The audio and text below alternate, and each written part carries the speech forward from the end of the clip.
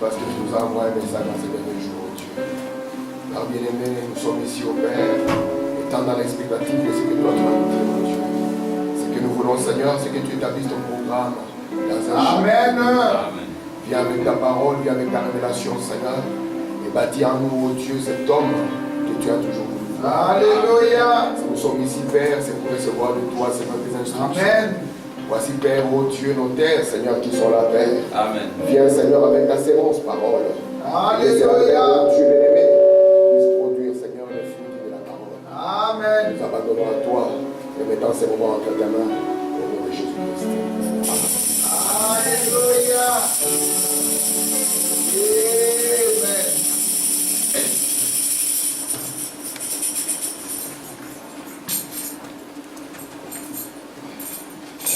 Que le Seigneur vous bénisse. Amen.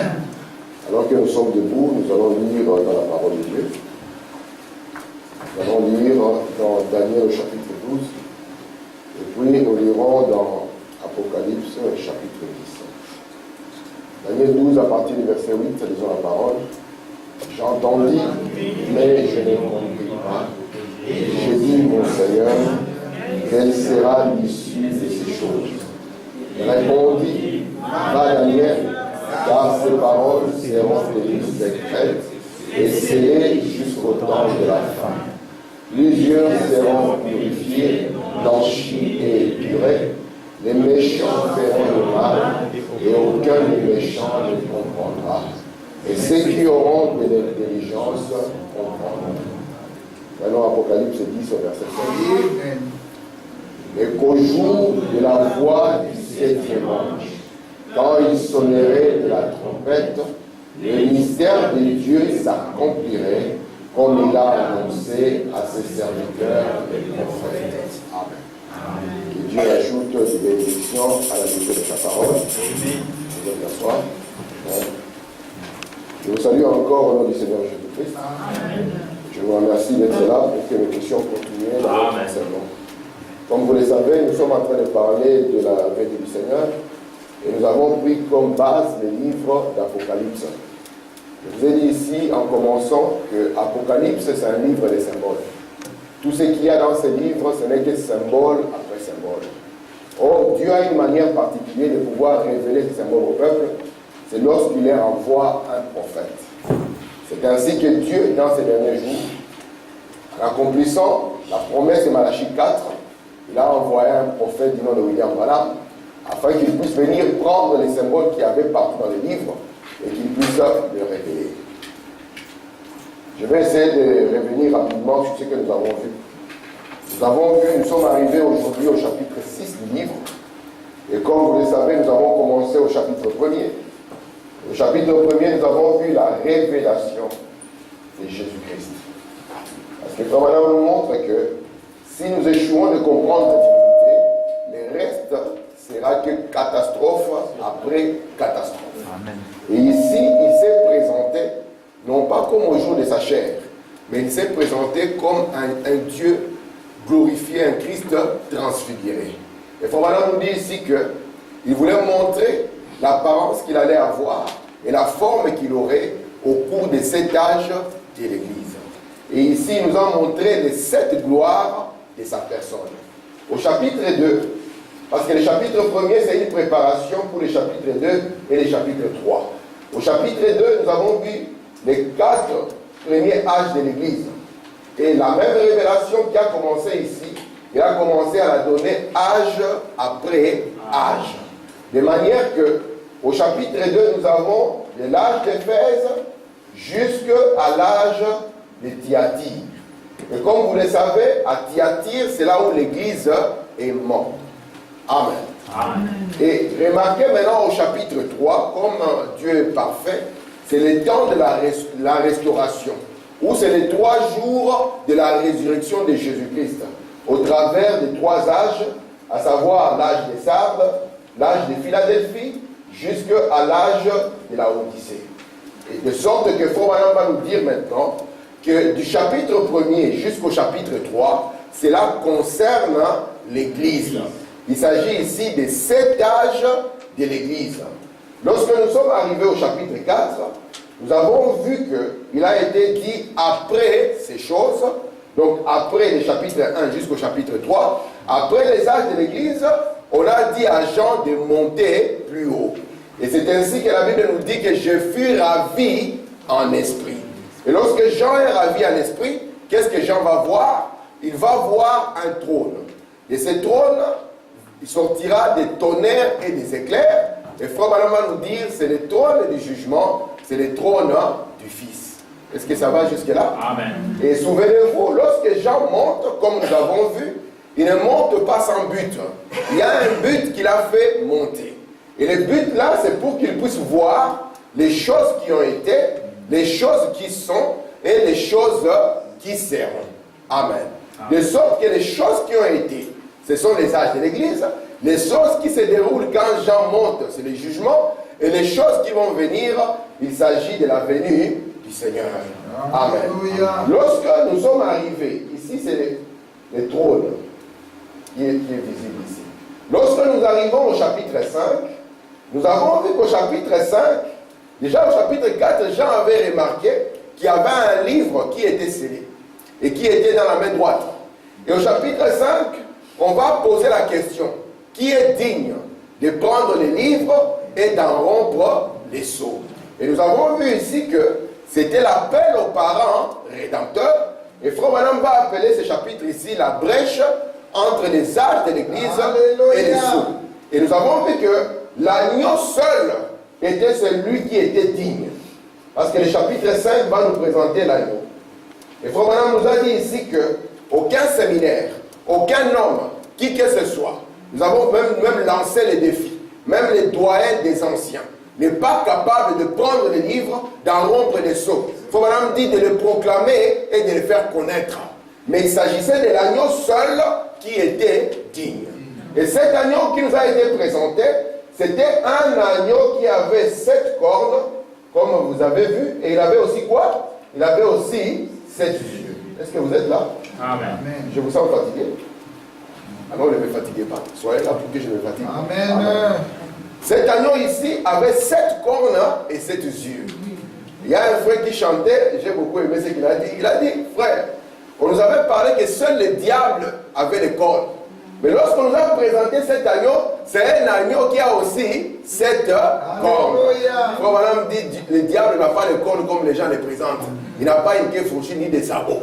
Amen. Mais ici, nous voyons aussi que notre agneau, il a 7 cornes et 7 yeux. Et comme je vous ai dit, c'est l'agneau du 14e jour. Amen. Et Frère Branham nous a montré que c'est l'agneau du 14e jour, les 7 âges d'Israël et les 7 âges de l'Église. Et Branham nous a interprété ce qu'était la corne. Il nous a dit une corne, c'est la défense. Une corne, c'est la puissance. Amen. Et Amen. Il nous a montré que cette corne-là, chaque corne, c'est un groupe de gens envoyés pour défendre les droits de l'agneau sur la terre. Et souvenez-vous, les 7 yeux étaient aussi appelés les 7 esprits de Dieu qui parcourent toute la terre. Et Branham a pris le temps. Nous avons lu la Bible et les prophètes pour montrer ce qu'étaient les 7 yeux. Et nous avons vu que ces 7 yeux sont les 7 messagers. Et ces 7 messagers, leur message parcourt toute la terre, commençant de Paul jusqu'à William Branham, allant de l'Est jusqu'à l'Ouest. Amen. Est-ce que ça va jusque-là? Amen. Amen. Donc maintenant, nous sommes arrivés au chapitre 6. Et au chapitre 6, lorsque nous y arrivons, c'est là où l'agneau commence maintenant à prendre les livres et à en rompre les sceaux. Amen. Amen. Et Branham, maintenant, c'est que je voulais que vous puissiez comprendre, parce que ça, c'est mon existence. J'aimerais que cela reste en vous, demeure en vous. Parce que vous savez, sans les sceaux, nous sommes dans l'aventure. Sans les sceaux, nous sommes dans la présomption. Sans les sceaux, nous sommes en train de vouloir nous imaginer des choses. Mais lorsque nous avons les sceaux, nous avons la précision de Dieu. Amen. Parce que Frère Branham nous a dit qu'un sceau signifie quoi? Ça signifie une œuvre achevée. Amen. William Branham a pris 3 définitions dans le dictionnaire par rapport au sceau. Il a dit que le sceau signifie aussi la sécurité. Et ça signifie aussi la propriété. Amen. Donc avec le sceau, nous sommes déjà en sécurité. Amen. Amen. C'est une œuvre comment? Gloire Achevée. Amen. Maintenant, je vais lire encore cette citation et puis je vais présenter un petit plan. sur lesquels nous allons parcourir. Frère Branham dit ceci. Dans la brèche entre les sceaux, entre les 7 âges de l'église et les sceaux, au paragraphe 70, il dit un sceau. Maintenant, ça ce sont des termes que j'ai tirés du dictionnaire. Amen. Un sceau signifie une œuvre terminée. Et quand le 7e sceau est brisé, le mystère de Dieu qui est scellé dans ce sceau mystérieux est mené à terme. Jusqu'au jour où ce sceau sera brisé, c'est alors ce qu'il y a à l'intérieur est révélé. Amen. Et je voulais à tout prix que vous puissiez comprendre ce que j'ai appelé la triple ouverture des sceaux. Frère Branham nous montre que Jean, quand il était en train d'écrire, il a vu l'agneau prendre le livre et briser les sceaux. Mais Branham dit que ce n'était pas révélé à ce moment-là. Parce qu'à Daniel, on avait dit, scelle les livres jusqu'à quand? Jusqu'au temps de la fin. Oh, frère Branham nous a défini c'est que le temps de la fin. Il a dit le temps de la fin, c'est la fin de la 70e semaine de Daniel. C'est pour ça que Branham nous dit dans les instructions de Gabriel à Daniel, il dit que si nous ne comprenons pas les 70 semaines, alors nous allons rater les âges, nous allons rater les sceaux, nous allons rater tout ce qui se passe d'Apocalypse 6, 1 à Apocalypse 19, 21. Amen. Et je vous avais dit ici, Daniel était parti prier. Il n'était pas parti prier pour autre chose, il était parti prier parce qu'il avait compris par le prophète que le temps était arrivé à la fin. Et lorsqu'il a commencé à prier, ce n'est pas que Dieu lui a révélé simplement ce qui arrivera en ce moment-là pour lui, mais Dieu lui a fait dérouler tous les plans de la rédemption. Amen. Amen. Et Dieu a dit à Daniel que 70 semaines ont été données à son peuple et à sa ville sainte. Amen. Et nous avons vu avec vous que ces 70 semaines étaient divisées comme ceci. Il y avait d'abord 7 semaines pour reconstruire le temple, et puis il y avait 62 semaines jusqu'à ce qu'on va arriver au Messie. Amen. Et puis après, souvenez-vous, nous allons partir. Oui, parce que le Messie arrive au début de la 69e semaine. Quand la semaine finit, donc au début de la 70e semaine, le Messie vient. Et le Messie vient, quand il vient, il va travailler pendant 3 ans et demi. Donc le Messie vient pour introduire la dernière semaine. Amen. Amen. Et Jésus, lorsqu'il vient, il va introduire la dernière semaine. Donc ici, nous serons à l'an 30, de manière que Jésus va travailler de l'an 30 à l'an 33 et demi, n'est-ce pas? Est-ce que c'est faux ou c'est vrai? Amen. Remarquez maintenant, après ici, lorsque Jésus sera crucifié, Israël sera aveuglé, afin que Dieu puisse avoir le moyen d'aller visiter les nations. Et c'est là où Dieu va ouvrir maintenant une brèche dans la dernière semaine de Daniel, et il va mettre les 7 âges de l'Église. Amen. Il va mettre quoi? Les 7 âges de l'Église. Et Dieu pour Israël va garder encore une partie. Il va garder encore 3 ans et demi pour Israël.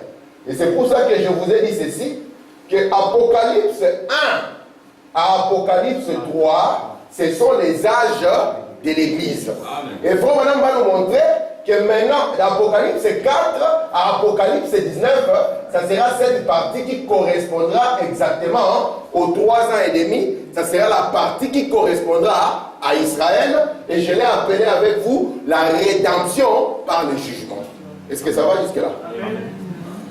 Parce que les 3 ans et demi ici, malheureusement, sont tombés dans les livres d'Apocalypse. Et les livres d'Apocalypse, c'est les livres des symboles. Amen. Amen. Remarquez maintenant.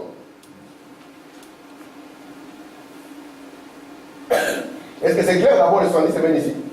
Alléluia. C'est clair, hein? C'est avec qui c'est clair? C'est avec qui dit là, je vais demander à papa Alors regardez un peu.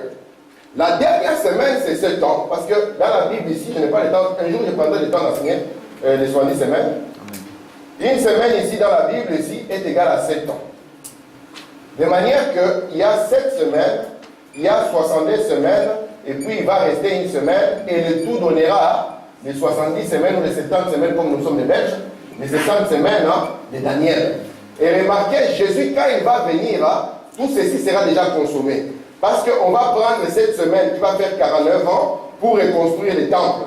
C'est pour ça que les Juifs diront à Jésus, nous avons fait 40 ans pour construire ce temple, toi, tu vas le construire en 3 jours. Amen.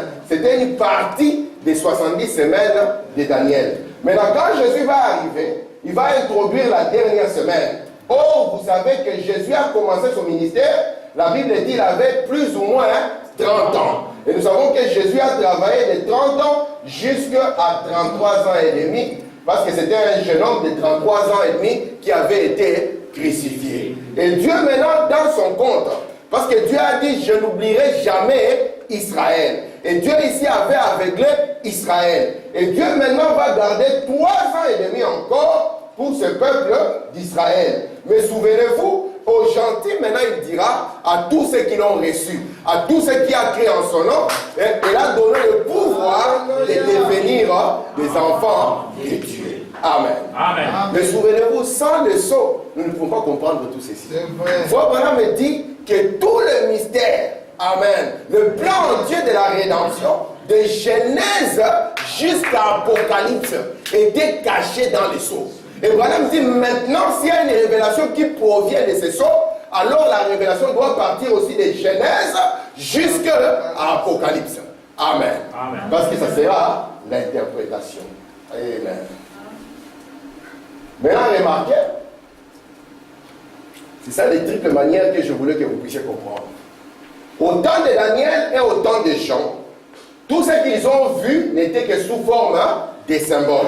Et tout ce qu'ils ont écrit aussi était sous forme des symboles. De manière que les gens pouvaient les lire au cours des âges sans pouvoir comprendre ce qui était derrière ces symboles. Amen. Branham les a appelés les sceaux de l'Apocalypse. Si vous voulez avoir la référence, c'est dans sa présence au paragraphe 2. Maintenant ici, ça c'est la première manière dont le sceau se manifeste. On les a sous forme de symboles. La deuxième manière, on va appeler ça les sceaux naturels. Et qu'est-ce que signifie les sceaux naturels? C'est quand l'histoire commence à se dérouler. Parce que Dieu ne peut pas montrer au diable ce qu'il y avait dans les sceaux. Avant que la chose ne puisse arriver, personne ne saura ce qui est caché dans ces sceaux. Parce que si le diable savait ce qu'il y avait derrière ces sceaux, il commettrait des grands dégâts. Et maintenant, l'histoire va se dérouler. Et quand l'histoire se déroule, la chose est en train de s'accomplir. Mais une fois maintenant que la chose s'est accomplie, maintenant la troisième partie qui vient, ça sera maintenant la révélation ou l'interprétation parfaite et véritable du livre. Amen. Donc le prophète viendra et vous dira, prenons l'histoire, prenons les symboles et que je puisse vous montrer avec les dates et la précision comment les choses se sont passées. C'est pour ça que le ministère de Frère Branham avait 3 poudres. Et dans la première attraction, c'était la guérison divine. La deuxième attraction, c'était le discernement des pensées. Mais la troisième attraction, qui est la plus grande de toutes, c'était l'ouverture de la parole. C'était l'interprétation de ce qui s'est passé dans l'histoire et qui était caché sous forme de symboles. Amen. Est-ce que ça va? Amen. Merci Seigneur. Amen. Regardez maintenant le plan que j'ai mis ici par rapport au sceau. Nous avons vu avec vous ici que du premier jusqu'au 4e sceau, il y a là-dedans, à chaque fois qu'un sceau est ouvert, il y a toujours un être vivant qui est appelé. Amen. De sorte que dans le premier sceau, nous verrons d'abord le lion. Et en face de lui, il y aura un cavalier sur un cheval blanc. Amen. Dans le deuxième sceau, il y aura le veau. En face de lui, il y aura un cavalier au cheval roux. Et dans le troisième sceau, il y aura l'homme, l'être vivant à la face de l'homme. Et en face de lui, il y aura un cavalier au cheval noir. De sorte maintenant que dans le 4e sceau, il y aura l'aigle qui vole.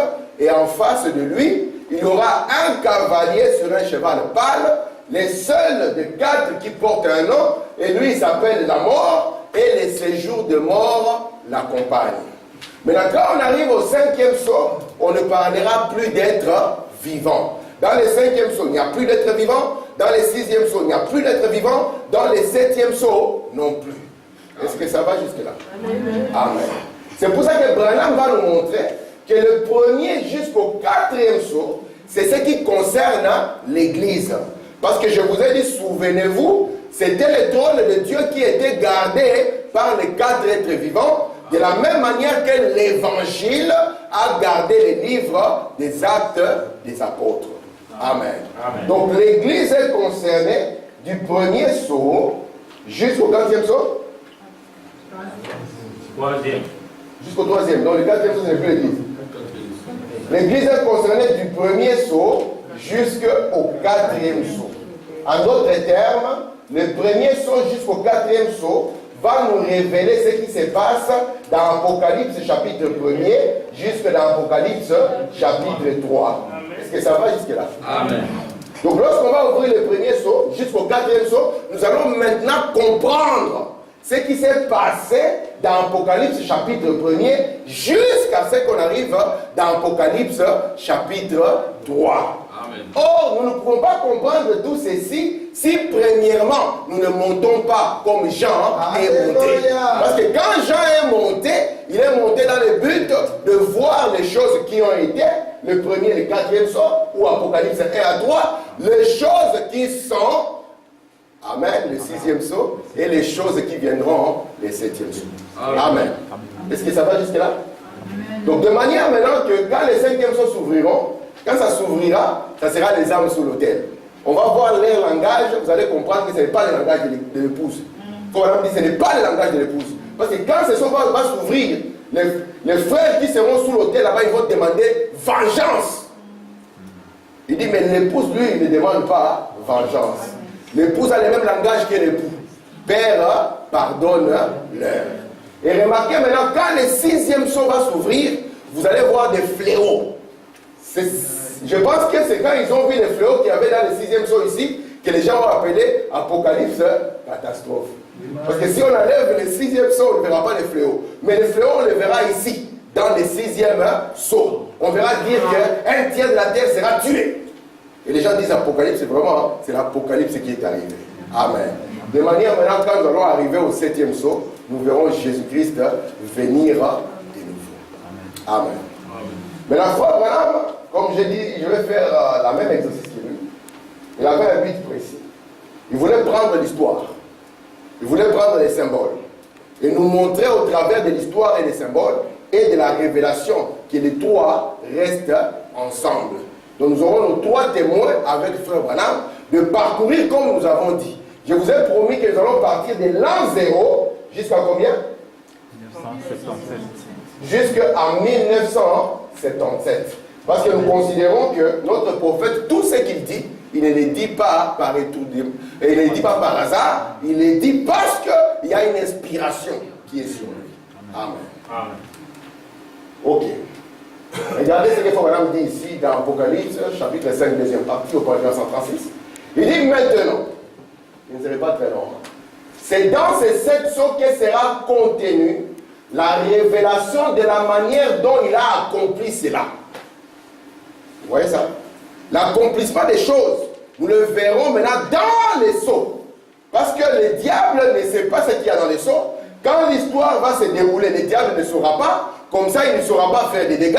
Mais une fois que l'histoire s'est déroulée, c'est ici, dans les sceaux, que sera contenue la révélation de la manière dont Dieu a accompli la chose. Amen.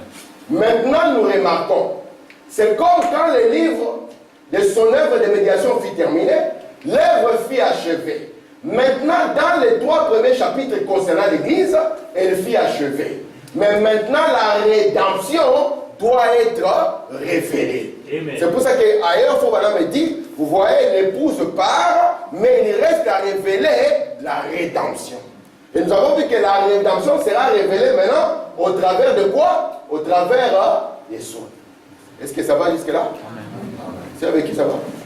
Je ne veux pas qu'il soit perdu. Amen. On continue. Question-réponse sous le sceau. Fourbana nous dit ici, dans le paragraphe 65.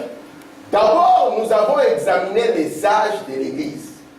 Et nous avons examiné quoi? L'histoire. On avait lu plusieurs citations la dernière fois, vous vous souvenez? Vous vous souvenez? Amen. Vous vous souvenez? Amen. Sinon, je vais penser qu'il n'y a personne. Amen. Écoutez, Amen. d'abord, nous avons examiné les âges de l'Église. N'ayez pas peur, c'est frère, voilà, les citations sont devant moi, c'est pas moi. Hein? Les citations sont là. D'abord, nous avons examiné les âges de l'Église et nous avons examiné l'histoire. Et nous avons situé le concile de Nicée, je le ferai aussi, et le concile prénicéen. Et tout ce que nous avons pu trouver dans l'histoire. Et nous avons vu que l'interprétation précise de la parole concordait parfaitement avec l'histoire. Parce que Frère Branham montre que l'histoire de ce qui devait se passer est révélée dans les sceaux. Et pour que nous voyons que les sceaux sont vrais, il faut que ça concorde avec les symboles et que l'histoire puisse confirmer que ce qui est dit reste la vérité. Et Branham nous montre maintenant que quand on arrive au dernier âge, il n'y a plus à courir dans l'histoire, c'est l'histoire qui s'est faite maintenant. Amen. Amen. Le début et la fin de la dispensation des gentils. Je suis au paragraphe 8. Parce que je vais faire, vous allez comprendre pourquoi je vais ramener Daniel dans cette histoire. Je suis au paragraphe 8. Je ne serai pas très long, mais soyez avec moi parce que ça sera un peu consistant. Au paragraphe 8, Frère Branham dit ceci. Eh bien, en réalité, Daniel était le prophète des gentils. Daniel vit la montée et la chute de tout l'âge des gentils. Donc quand Daniel a vu, il a vu ce qui concernait Israël, il a vu aussi ce qui concernait les gentils. Est-ce que vous savez pourquoi nous disons que Israël est l'horloge de Dieu? Frère Branham l'a expliqué. Parce que les 70 semaines étaient précis pour Israël. Il y a 70 semaines qui ont été données pour Israël. Mais est-ce que Dieu a donné un temps précis aux gentils? Non. Frère Branham dit, il n'a pas donné un temps précis. C'est comme si je dis ceci. Je dis, frère Jules, sois avec moi. Quand tu vas voir frère Samuel entrer par la porte, ça signifie alors que la réunion doit être terminée. C'est la même chose que frère Branham faisait avec Billy Paul. Quand la réunion devait être terminée, Billy Paul devait s'avancer et devait mettre sa Bible à la chair. C'était ça l'horloge pour frère Branham. Vous comprenez ça? Amen. Donc c'est pour cela que lorsque nous disons qu'Israël est l'horloge de Dieu, ce n'est pas regarder Israël comme ça dans un vide. L'horloge de Dieu, ce sont les 70 semaines de Daniel. Parce que Dieu traite avec l'Église au travers de 7 âges de l'Église et il traite avec Israël au travers de 70 semaines de Daniel. Lorsque nous disons Israël est l'horloge de Dieu, ça veut dire les 70 semaines nous indiquent le temps. Amen. Est-ce que ça va jusque-là? Amen. Est-ce que ça va? Disons, frère, voilà. Il y a une belle citation ici. Je suis dans l'exposé de cet âge de l'Église. Âge de Pergame au paragraphe 193. Écoutez ce que Branham dit. Nous trouvons ici un exposé détaillé des événements à venir avant leur accomplissement. Il est prophétisé qu'ils doivent survenir depuis l'époque de Daniel jusqu'à ce que Jésus revienne régner comme fils de David. Il y a une époque. L'époque parle des temps. Ça part depuis l'époque de Daniel jusqu'à ce que Jésus revienne régner comme fils de qui? De David. Regardez comment on va appeler ça. Depuis l'époque de Daniel jusqu'à ce que Jésus vienne régner comme fils de David. Cette période est appelée les temps des nations. Vous voyez comment on appelle cette période? On l'appelle les temps des nations. C'est pour ça que Jésus avait dit dans Luc 21 que Jérusalem sera foulée aux pieds jusqu'à ce que le temps des nations soit terminé. Est-ce que vous comprenez ça? Amen. Parce que Jésus parlait à ses disciples. Et les disciples lui ont posé les 3 questions de Matthieu 24. Et au lieu que Jésus commence à répondre, il commence à parcourir les sceaux. Et puis Jésus va leur dire, lorsque vous verrez Jérusalem environnée par les armées, sa désolation est arrivée. Alors vous fuyez. Priez que cette fuite ne soit pas en hiver parce que ce sera catastrophique.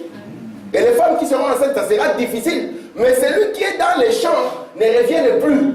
Parce que Jérusalem sera foulé aux pieds jusqu'à ce que les temps des nations soient.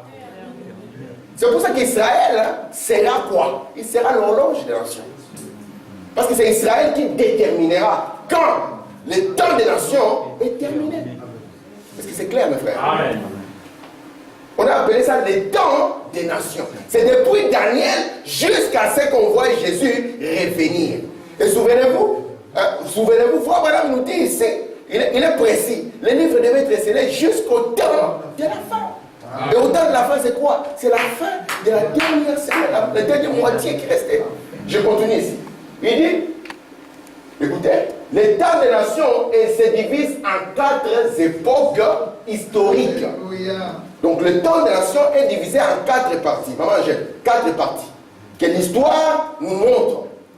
Écoutez, qui correspond à l'empire qui a dominé chacune des parties. L'époque babylonienne, c'est la première partie du temps des nations. L'époque babylonienne, Babylone, ça correspond à ce que Frère Amar a parlé avec les enfants. Et puis nous aurons l'époque de qui? Les Médo-Perses, qui correspondent aux Indiens d'aujourd'hui. Les Indiens et les Persans, les Iraniens. Et puis nous aurons l'époque hellénique ou l'Empire grec. Et puis la 4e partie, ça sera Rome. Est-ce que vous voyez l'époque des nations, le temps des nations? Comment il est divisé en 4 époques?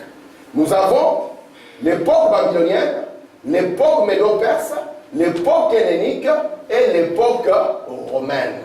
Comme nous devons toucher l'histoire, il fallait que je revienne vous montrer l'époque des nations pour que nous puissions comprendre ce que nous allons voir dans l'histoire. Ça va jusque-là? Amen. Amen. Continue. Écriture sur la muraille. Alléluia. 8 janvier 58. Il faut Madame dire ceci. Maintenant, notre sujet ce soir débute à Babylone. Et Babylone s'est trouvée d'abord, jusqu'à présent, à Shinéar. Donc nous pouvons aller aujourd'hui à Babylone.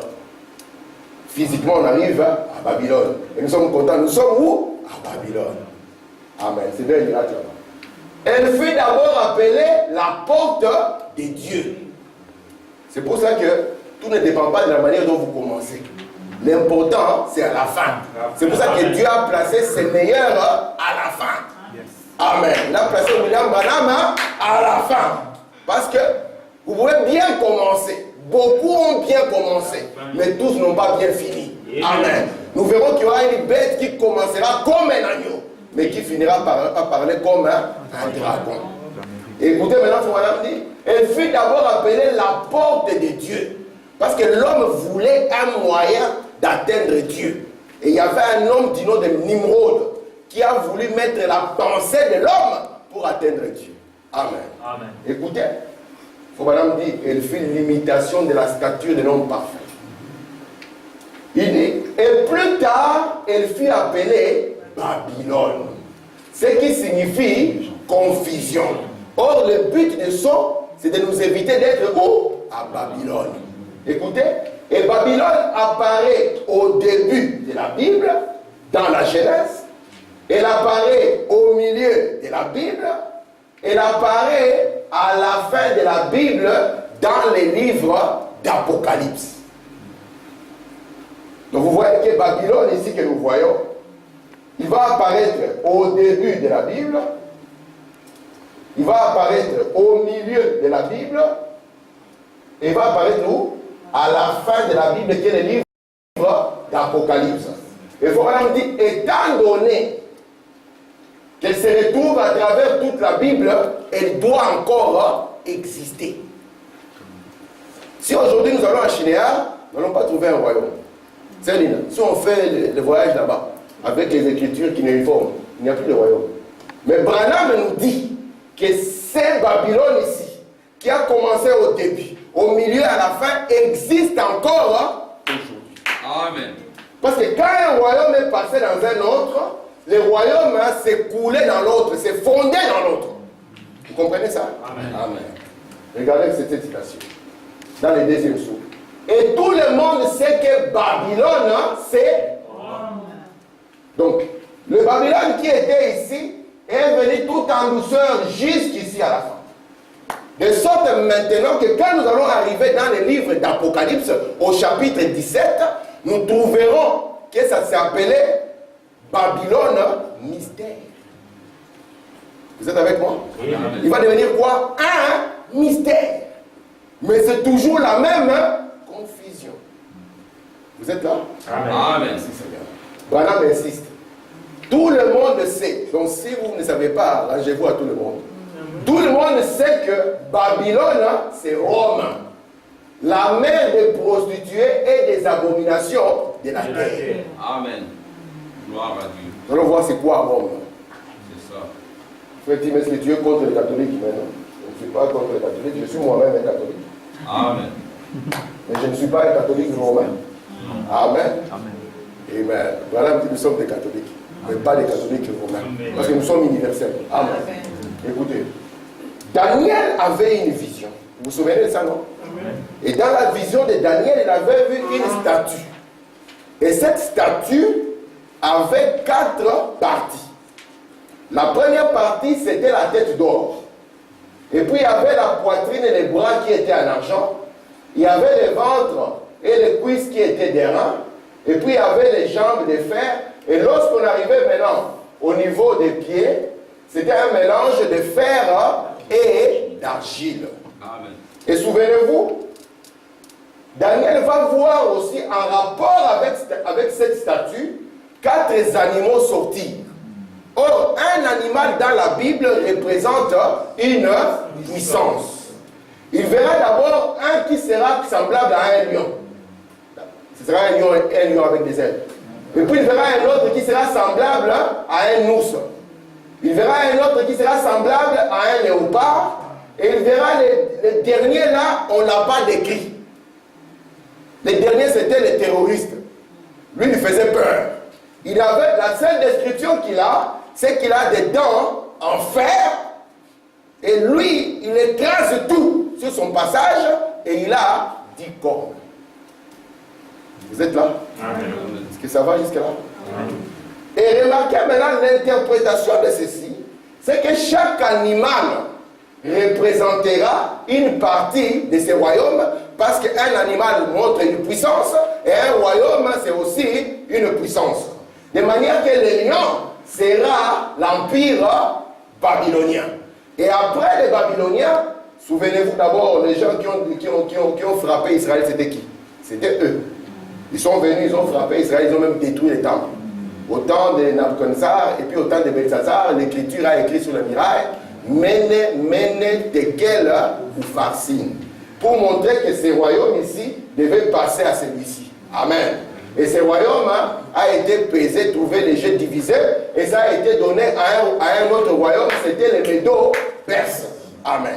Et les Médo-Perses, ils étaient représentés par un ours. Ils devaient manger beaucoup de viande. Amen. Et après cela, c'était l'Empire grec avec Alexandre le Grand. De sorte même que quand Jésus est arrivé, on trouvait que l'écriture qui était le plus utilisée, c'était l'influence grecque qui était encore restée. Amen.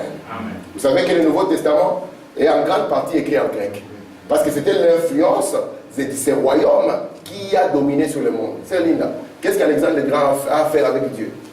Frère Timothy, tu viens nous donner un cours d'histoire ici. Nous verrons que tout cela a à faire avec Dieu. Amen. Et puis après, nous verrons maintenant l'autre empire qui viendra après l'empire grec. Et cet empire, ça sera l'empire romain. Amen. Et Jésus, quand il va naître, il naîtra au temps de qui? Au temps de l'empire romain. Il faut quand même dire, l'espoir d'Israël était qu'on puisse débarrasser Israël de l'empire romain. Parce que les Romains, ils ne rigolaient pas. On dit ici que cette 4e bête, elle avait des dents en fer. Elle soumettait tout, elle écrasait. C'était Rome. Amen. Amen. Et souvenez-vous, Rome doit exister jusqu'aujourd'hui. Parce qu'ici, il y a un changement. Nous avons d'abord les jambes en fer. Et lorsque nous arrivons au pied, nous trouvons que c'est un mélange du fer et de l'argile. Amen. Amen. Est-ce que vous êtes jusque-là? Amen. Et souvenez-vous, ça sera toujours sous forme d'un mystère appelé Babylone. Lisons Frère dans la 70e semaine, sur paragraphe 122. Puis remarquez, Rome existe jusque quand? Jusqu'à la fin. Parce qu'il y en avait jusqu'au bout des orteils. Donc tout le temps, Rome doit exister parce que le fer a toujours représenté Rome. Et Rome existe jusqu'au bout des orteils. Il a vu de la boue, de l'argile. Ça, ce sont les gens. C'est dont nous sommes faits. Le corps humain est fait d'argile. Écoutez. Et le fer, la force de Rome, s'est retrouvée dans toutes ces nations. Rome a de la force dans chaque nation qui existe sous les ciels. Amen. Même dans les pays islamiques, oui. Rome a de la force dans chaque nation qui existe sous les ciels. Est-ce que ça va jusque-là? Amen. Merci. Maman Angèle, merci beaucoup. Une fois que tu es avec moi, ça me fait un grand plaisir. Merci mon Dieu. Écoutez maintenant, nous sommes en train de nous diriger vers la fin d'ici 10 minutes de finir. Écoutez, sur le paragraphe 324, il faut madame dit ceci. Dans la plus grande bataille jamais livrée. Jésus-Christ est né dans le royaume romain. Quand Jésus est né, c'était en l'an combien? L'an 0, n'est-ce pas? Parce que Jésus est le seul qui a divisé les temps par deux. Que vous soyez pour lui ou contre lui, vous direz toujours avant Jésus et après Jésus. Amen. Amen. Il a divisé les temps en deux parties. Sa naissance fut un événement. Amen. Mais quand il naît à l'an 0, dans les temps des nations, ceux qui sont en train de dominer le monde, c'est Rome. C'est pour ça qu'on s'est salué, on disait avec César. Amen. Et certains ont changé César par quelqu'un d'autre. Quand ils se saluent, ils disent Ave Maria. Jésus-Christ est né dans le royaume romain et a été persécuté. La première fois qu'il est venu, donc à sa première venue, par le royaume romain, qui a condamné Jésus à mourir, c'était Ponce Pilate. Il était procurateur romain. Écoutez, lors de son second avènement, écoutez, sa venue maintenant. Est-ce qu'on a dit la venue quand? Maintenant, son message est persécuté par les dénominations de Rome, qui est la mère de toutes. Écoutez, à son retour, il viendra pour anéantir ces royaumes romains. Amen. Je continue. C'est ce que les Juifs ont toujours attendu, qu'ils viennent anéantir le royaume romain. Amen. Oh, le royaume romain est devenu un mystère. C'était d'abord des jambes de fer, mais quand on arrive au niveau des pieds, ce n'est plus seulement visible, mais il se glisse partout dans chaque nation, de sorte que c'est un mélange du fer avec l'argile. Vous comprenez maintenant pourquoi à sa seconde venue, il doit anéantir? Parce que Daniel a vu quoi? Daniel a vu une pierre se détacher de la montagne sans le secours d'aucune main. Et souvenez-vous, la pierre n'a pas frappé la statue à la tête. Parce qu'elle ne vient pas autant de la tête. Amen. La pierre n'a pas frappé la statue à la poitrine, ni aux cuisses, ni même aux genoux. Elle a frappé avec précision la statue aux pieds. Amen. Parce que ça sera du temps où Rome sera un mélange de fer avec l'argile. Vous êtes là? Amen. Vous voyez que la parole, même l'histoire peut le prouver. Elle est prouvable historiquement quand il s'est accompli. Amen. Amen. On continue. Dans les sceaux de Pâques. Vous voyez, à chaque fois, une puissance religieuse s'est avancée pour répondre aux défis du pouvoir politique du monde. Vous voyez ça? Il y aura toujours une puissance religieuse qui va venir. Mais le défi en face, ça sera quoi? Répondre aux défis du pouvoir politique du monde. Quand l'Hélios s'est élevé comme puissance religieuse, il a affronté la puissance de Rome. Ensuite, la dernière fois nous avons lu que Paul a été tué vers l'année combien, qui se souvient encore? Moi j'ai la date. Non. Moi j'ai encore la date. Tu es presque, mais c'est pas ça. Frère Branham a dit que Paul a été tué dans les environs de 66. Et il a été décapité où? Au Congo? En Belgique? Il a été décapité à Rome. Par qui? Par les Romains. C'est pour ça que je vous dis ici, quand le lion s'est élevé comme puissance, il a affronté la puissance de Rome. Ensuite, quand l'heure du sacrifice est venue, c'est le bœuf qui s'est avancé parce que c'est un animal de sacrifice. Ensuite sont venus les réformateurs en continuant les âges. C'est là qu'est venu le visage de l'homme. Les réformateurs ont été envoyés, Luther, Wesley, Calvin, ainsi de suite, jusqu'à l'âge pentecôtiste. Mais dans ces derniers messages, je ne vois pas la partie. Donc, dans ces derniers messages, qui a paru, est venu un aigle qui vole. C'est l'époque de la révélation. La parole de Dieu manifestée, la parole de Dieu prouvée. Donc, à chaque fois qu'il y avait une puissance politique qui venait, il y avait une puissance religieuse qui sortait. Parce que les temps des nations avec les 4 bêtes, ils ne sont pas pour Dieu, ils sont contre Dieu. Et Dieu devait armer son peuple par une onction particulière. Est-ce que ça va jusque-là? Amen. Amen. Ok. Maintenant, je suis en train de... Je mets mon échafaudage pour la prochaine leçon, si Dieu nous accorde cela. Daniel au chapitre 7. Regardez ce que Daniel va dire. Après cela, j'ai regardé. Pendant mes visions nocturnes. Il avait de bonnes visions nocturnes, n'est-ce pas? Il ne rêvait pas de n'importe quoi. Pas que son arrière-grand-père est en train de l'étrangler. Lui, il était en train d'avoir d'autres visions nocturnes. Et voici, il y avait un 4e animal. Si vous avez le temps, lisez Daniel au chapitre 7, vous allez voir tous les 4. Moi, je me limite au 4e. Vous allez voir comment il va décrire le premier, qui est semblable au lion et tout ça, l'ours et le léopard. Écoutez, voici, il y avait un 4e animal. Comment on dit? Il est terrible et il est épouvantable et extraordinairement fort. Ce n'est pas n'importe qui peut l'arrêter. Il n'y a que Jésus seul qui est capable de l'arrêter. Écoutez, il avait des grandes dents de fer. Il mangeait, brisé, foulé aux pieds ce qui restait. Il était différent de tous les animaux précédents. Il avait quoi? 10 cornes. On revient encore aux cornes. Est-ce que c'est un groupe de gens envoyés pour défendre cet animal? Il avait quoi? 10 cornes. Voilà. Un mamie, lui aussi avait 10 cornes. Notre agneau, il a combien de cornes? 7. Il a combien de? 7 yeux. 7 yeux et 7 cornes. Mais cet animal ici, extraordinairement fort, épouvantable, terrible. Lui, il a 10 cornes. Continue. Vous vous souvenez que Frère Branham a dit que Daniel a pris tous ces symboles dans l'Ancien Testament? Vous vous souvenez de ça? C'est pour cela qu'il ne pouvait pas prendre des choses comme ça.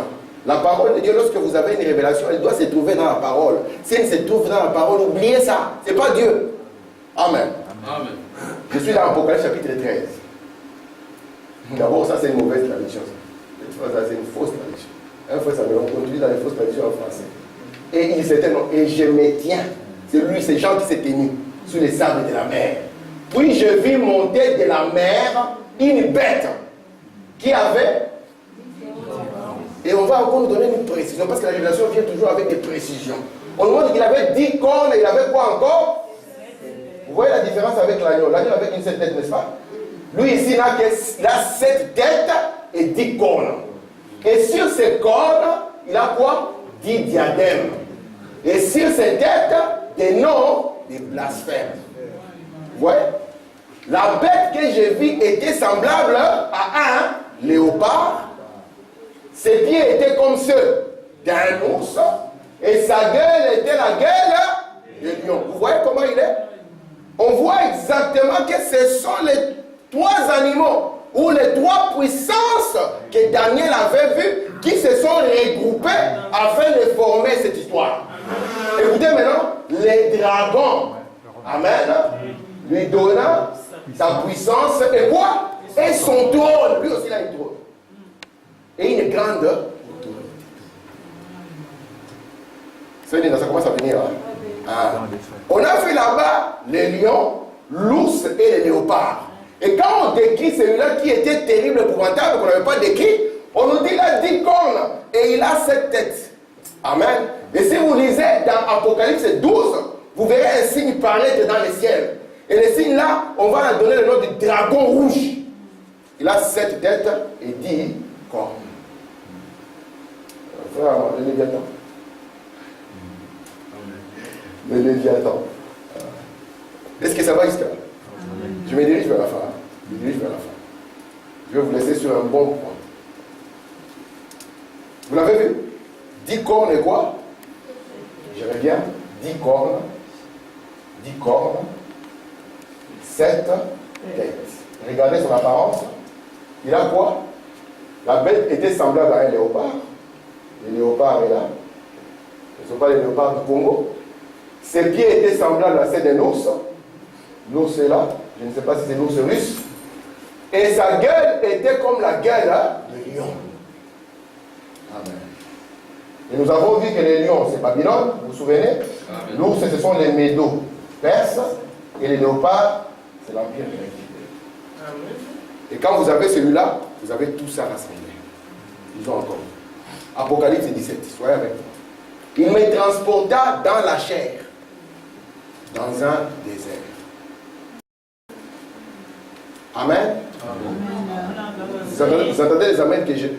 Quand j'ai lu la parole, vous ne direz pas d'amen.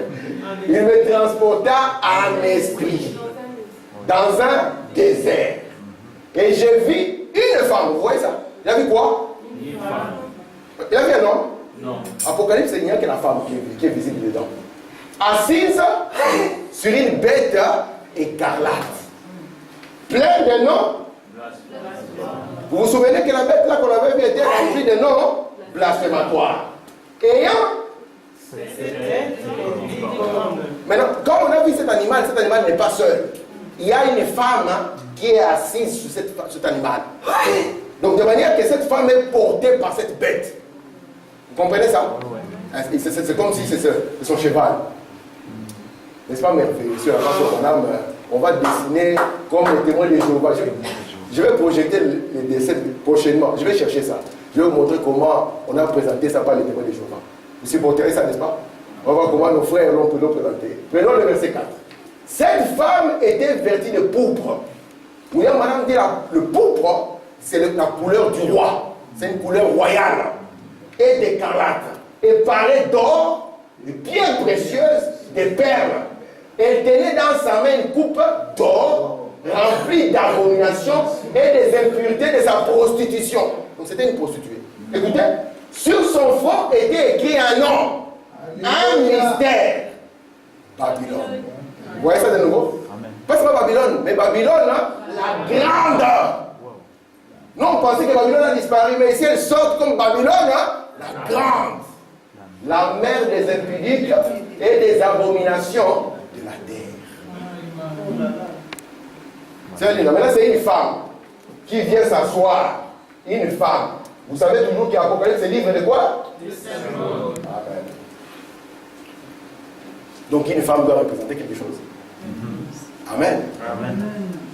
Ouais, Jésus a sa femme, que nous avons vue au travers de cette chandelier d'or. Et le diable aussi a sa femme. Il nous présente aussi sa femme. Parce qu'elle aussi a son trône. Comme Jésus avait dit aussi à sa femme qu'elle viendra partager son trône. Vous voyez ça? Amen. Amen. Nous sommes à la fin, ce sont les derniers versets. Ok. Ok, c'est ici que je vais m'arrêter. Ok, c'est ici que je m'arrête. C'est ma dernière référence biblique. Vous êtes là? Amen. Écoutez, maintenant il dit ici. C'est ici l'intelligence qui a quoi? Comment nous pouvons recevoir le message? On n'a pas même d'intelligence et de sagesse. Pour savoir que ça c'est un danger pour ma famille. Pour savoir que voici la voie à suivre. Si le message vient, il y a un frère qui me disait, il me dit, frère Tim, moi quand il y a des gens qui viennent là-bas, oh, explique-nous le royaume. Je leur pose la question que vous avez laissée à l'école. Il dit, s'ils sont idiots, je les chasse. Il dit, avec le message ici, vous ne pouvez pas être idiot. Vous devez être intelligent et brillant. Amen. On dit ici maintenant, c'est ici l'intelligence qui a de la sagesse. Parce que c'est cette intelligence qui a de la sagesse, qui est capable de trouver le nombre de la bête. Écoutez, les 7 têtes sont 7. Donc on nous écrit ici que les 7 têtes sont 7 montagnes. Montagnes. Ok? Sur lesquelles la femme est assise. Donc cette femme est assise sur 7 montagnes. Amen. Ce sont aussi 7. Ça c'est là où je vais terminer, c'est là où je partirai la dernière fois. Je vais vous le montrer, parce que les 7 montagnes vous les connaissez, mais je vais vous les montrer comme les 7 rois. Amen. Regardez, ils sont aussi quoi? 7 rois. 5 sont tombés. Donc 5 sont tombés, n'est-ce pas? Et puis il y a quoi? 1 existe. Existe. Et l'autre n'est pas encore venu. Pas venu. Pas venu. Et puis, quand il sera venu, il doit rester. Sœur Linda, si tu n'as pas frère Wanam, quel est le pasteur qui va te dire ça? Comme lui, il rêve seulement Kabila dégage, il va sortir des histoires de Kabila ici. Écoutez, ce sont aussi 7 rois, 5 sont tombés, 1 existe, l'autre n'est pas encore venu. Quand il sera venu, il doit rester peu de temps. Et la bête qui était, qui n'est plus, elle-même est un 8e roi. Amen. Elle est du nombre de 7. Est-ce que ça va jusque là? Que le Seigneur vous bénisse. Amen.